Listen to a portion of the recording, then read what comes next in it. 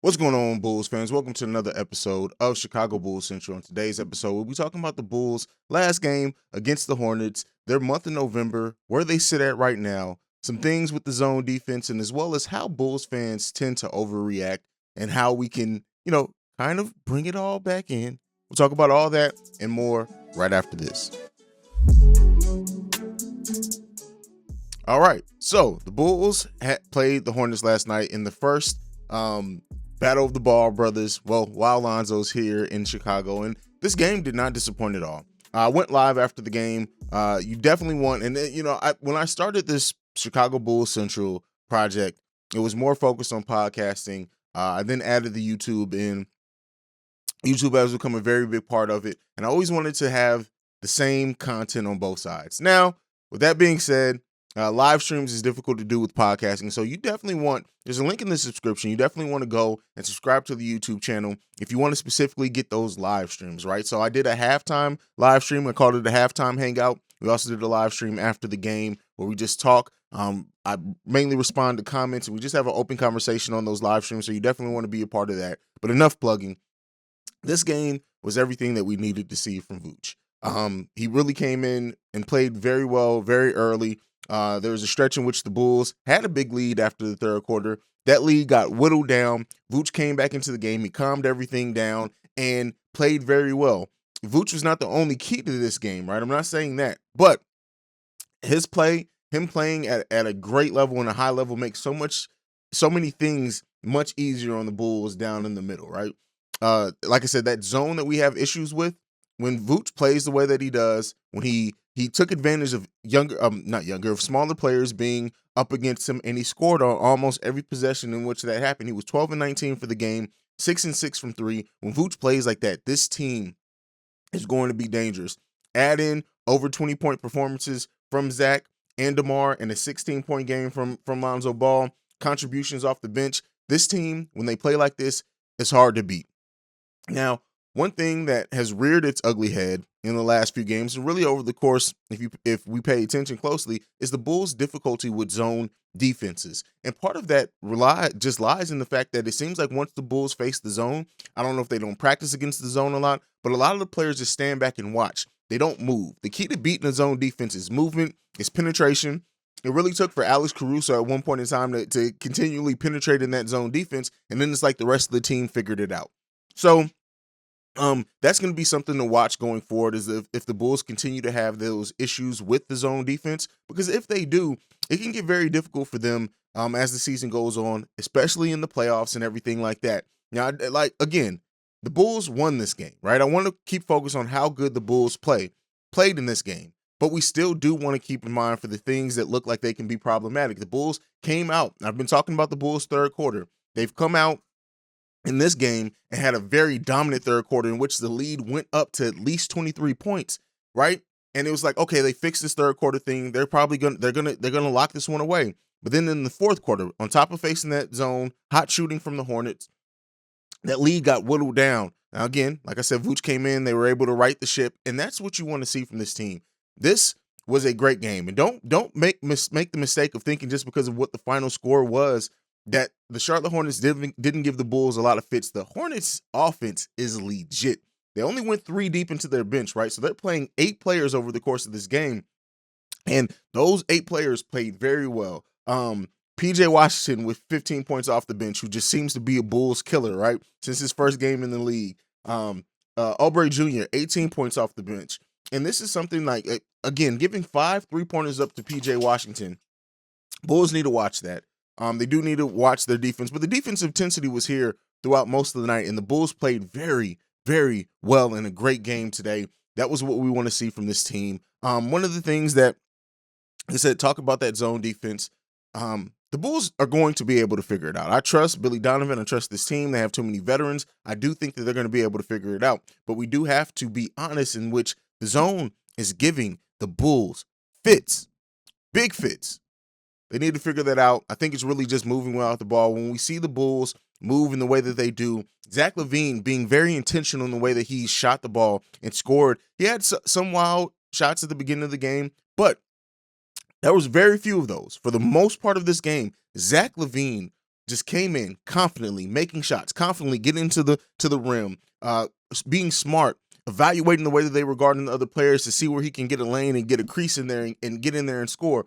Very, very good and smart basketball from this team in this game. And that was the key. That's what ultimately won this game. And that's why this Bulls team can beat anyone. Now, with that being said, the Bulls come out of November 14-8, number 2 in the East. And while, yes, the Bulls have lost some games that they should have won, the Bulls have had some disappointing performances, a la the Pacers, Houston, and Warriors game. But overall, think about this. If anyone would have told you at the beginning of this season, the Bulls would have come out of this stretch where they had a long away stretch, several back-to-backs, and just the start of the season, injuries to start the season, right? From Patrick Williams, injuries to Zach LaVine, Caruso missed a game, Vooch being in the NBA safety protocol and missing a bunch of games there as well.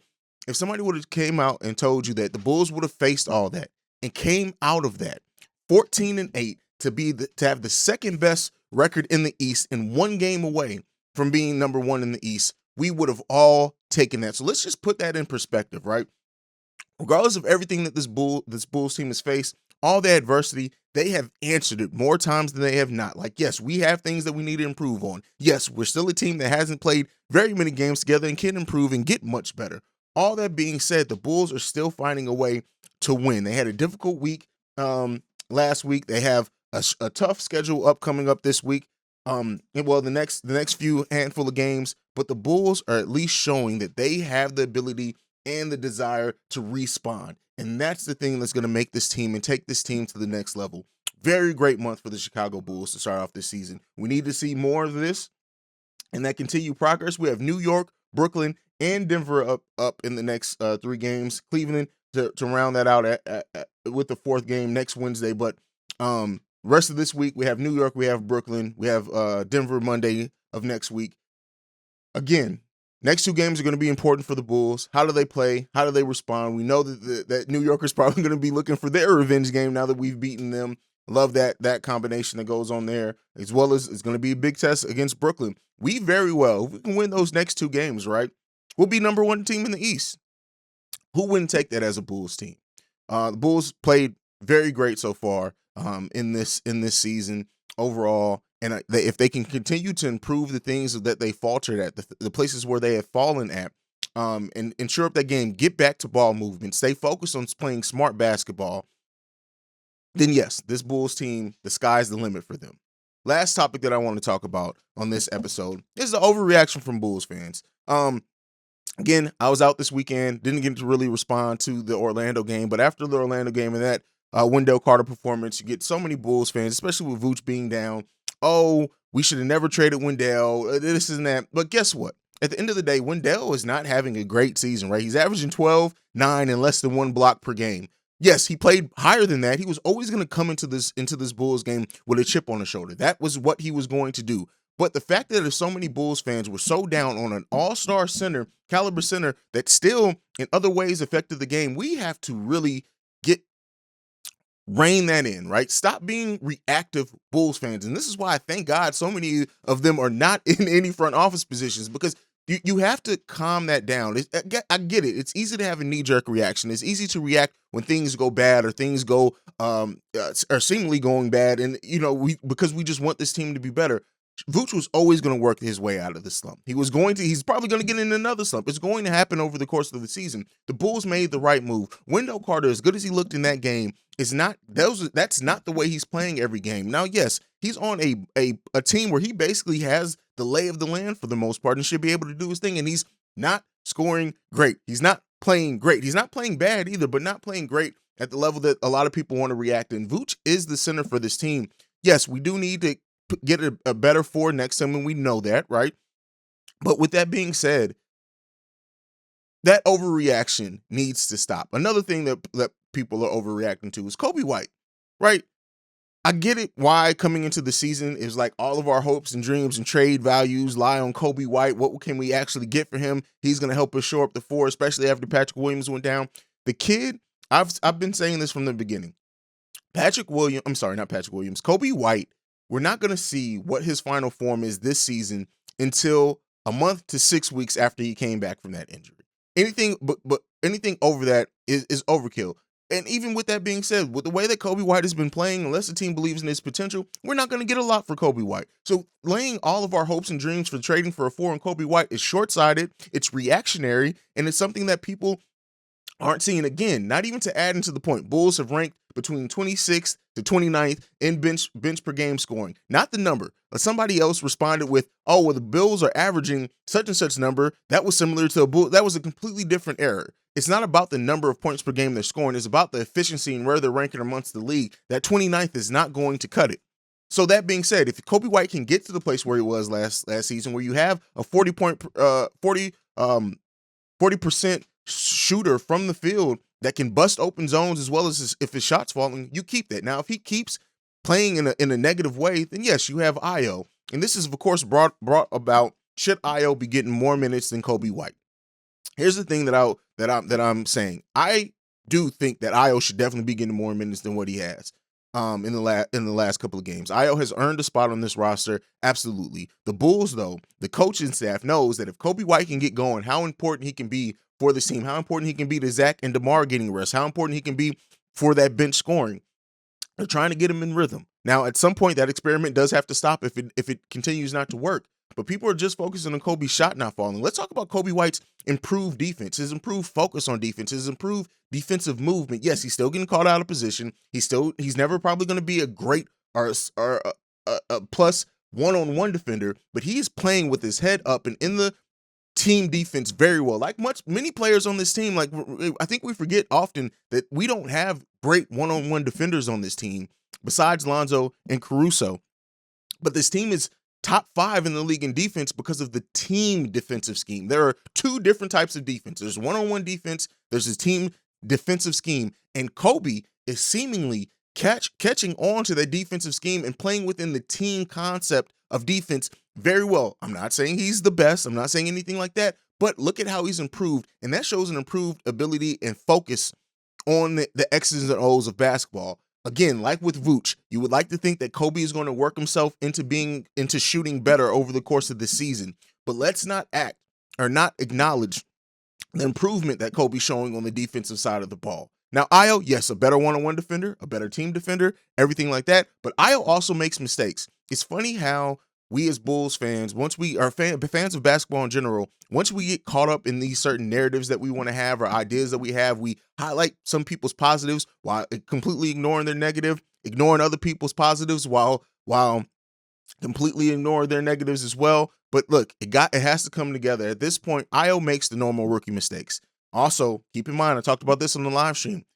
Contractually, it's going to be very difficult for the Bulls to keep Io if he continues to play at this level with a second-round pick, being unrestricted, everything like that. I'm sure that AK and Eversley are watching all this. Everybody is aware of this. Again, you want the best players to play regardless because what we want to ascend to this season.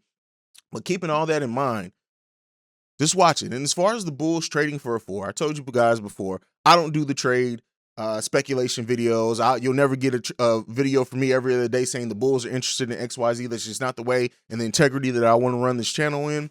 But with that being said, if it comes time to the Bulls have more than enough assets to trade. If it comes to a trade, they have more than enough, easy ability to open up a roster spot if it comes to the buyout market and the player gets bought out. We all know this. We know who will fit this team. Not going to go down the list or whatever else. But again, bench scoring is equally important to the roster and to a playoff run. And I'm not saying that all that lies on Kobe White, right? Alex Caruso's coming around scoring-wise more. We know when this team plays better defense and in transition basketball, the bench can score as well, and they have shown that ability. But everything coming together, the Bulls, us as Bulls fans need to stop the reactionary. Once somebody has a bad game or a bad stretch, oh, we need to trade them. Oh, we shouldn't have traded for them. Oh, this. Let the season play out.